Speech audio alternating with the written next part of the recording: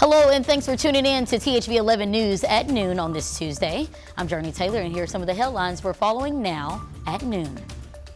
A city in crisis. Pine Bluff leaders and community activists are desperately trying to prevent more teens from being killed as youth violence rises. More on the change they want to see in less than 2 minutes. The CDC is issuing a warning to Americans about a possible resurgence of mpox this summer. Just ahead, we'll share their alarming new findings and our health updates. And this Hollywood actress is crying in her latte. We'll explain why, plus much more, and our must-see entertainment headlines at 12:22. But I can tell you who's not crying today. Well, it's me, of course, meteorologist Nathan Scott.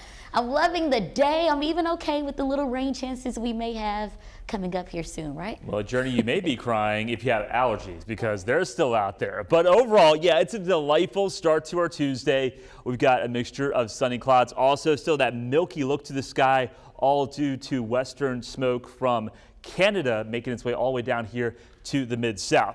Temperatures out there right now, they are warming up into the upper 70s to lower 80s. You notice a band of clouds moving in here from Tennessee and Mississippi into East Arkansas. That is a weak boundary, and that boundary will be able to trigger off maybe an isolated shower storm later today. Nothing happening right now on the radar loop. All the moisture into Alabama, Georgia, and also into Oklahoma. But as we walk through time here, 3 o'clock, notice what happens. There's certainly a little burst of a few showers, maybe some storms developing right over central Arkansas. So just be aware of that possibility. A lot of places will be on the dry side. Temperatures will climb up into the low to mid 80s. I'll let you know what to expect on your Wednesday coming up.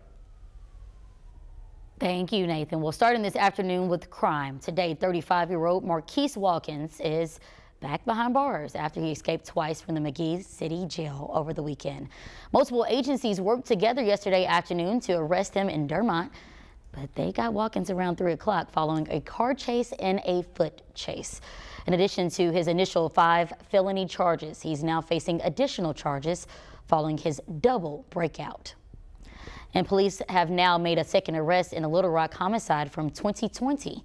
29-year-old Josh Britton is facing charges in the murder of Zachary Esther. Esther was found shot and killed in a car on Labette Drive on December 27, 2020.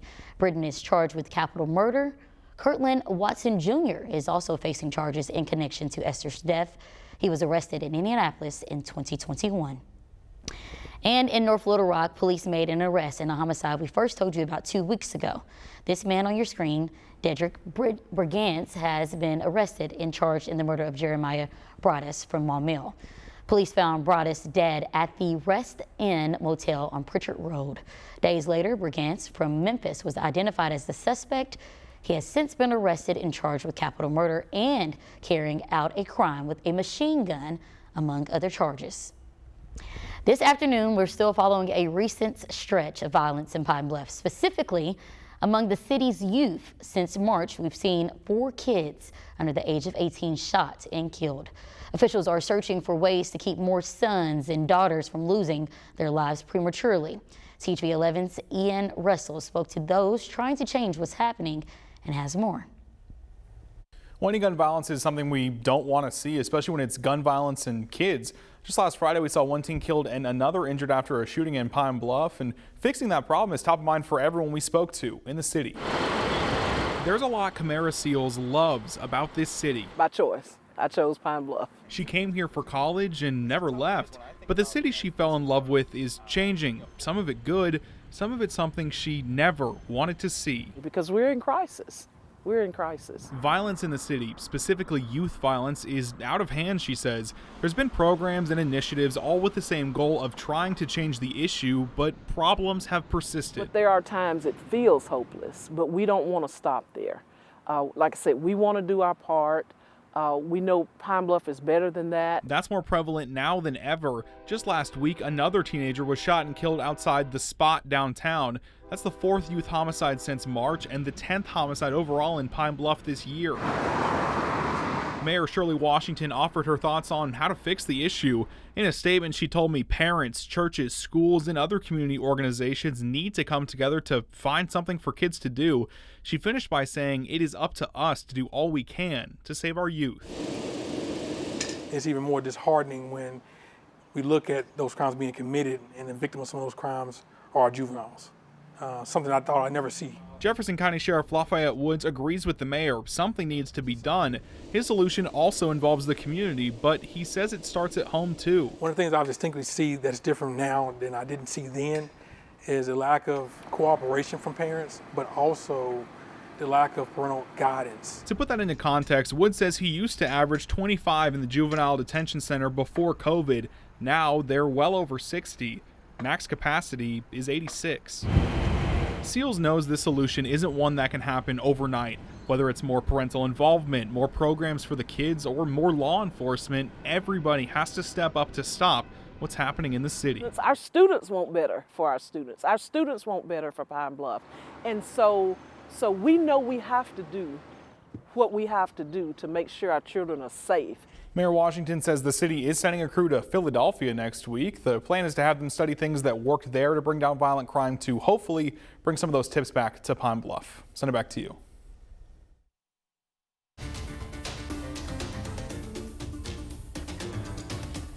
Well, staying in Jefferson County this afternoon, we know the standoff between the quorum court and county judge will continue.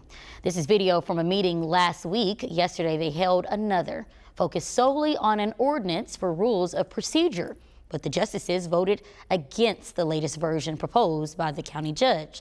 The meeting ended still with no definitive vision for the rules.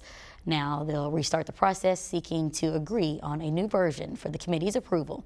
Until then, they won't be able to take any action, which has been the case since the start of this year. A driver is facing multiple charges after slamming a U-Haul truck into a security barrier near the White House late last night. There were no reported injuries to any Secret Service or White House personnel, but a U.S. law enforcement official tells CBS News the suspect made threatening statements directed at the vice president and the president. Nicole D'Antonio has the latest from the White House. Social media footage shows the moment the U-Haul driver tried to ram the truck past barriers near the White House Monday night.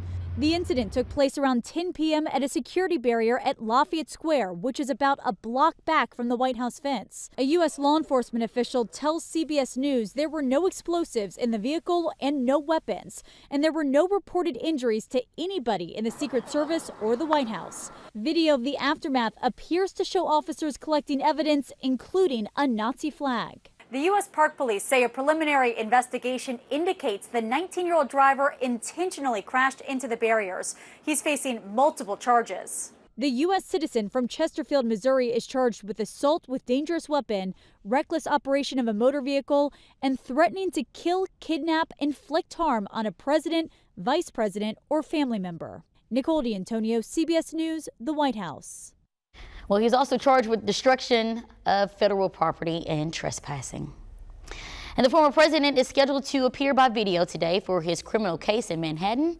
During the hearing, a New York judge will explain to Trump a court order that prevents him from publicizing some material that the prosecution hands over.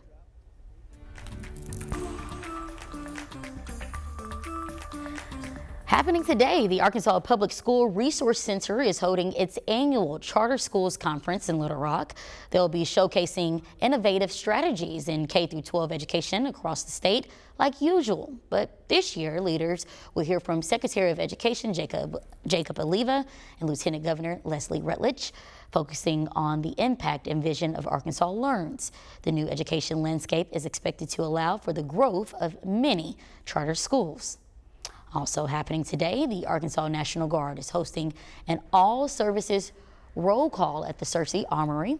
The free event kicked off at 9 a.m. and is open to veterans of all armed services, whether active, Guard, or Reserve.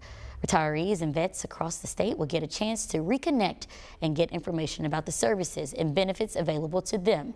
Now, this event is the first of many, with many more roll calls planned throughout the state over the next year.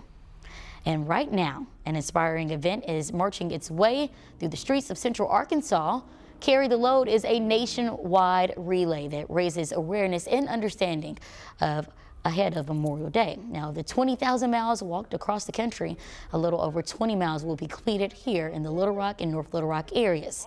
THV 11's Adam Bledsoe, who is also an Air Force veteran, will be a part of the relay, and we'll have more on the event tonight at 5 and 6.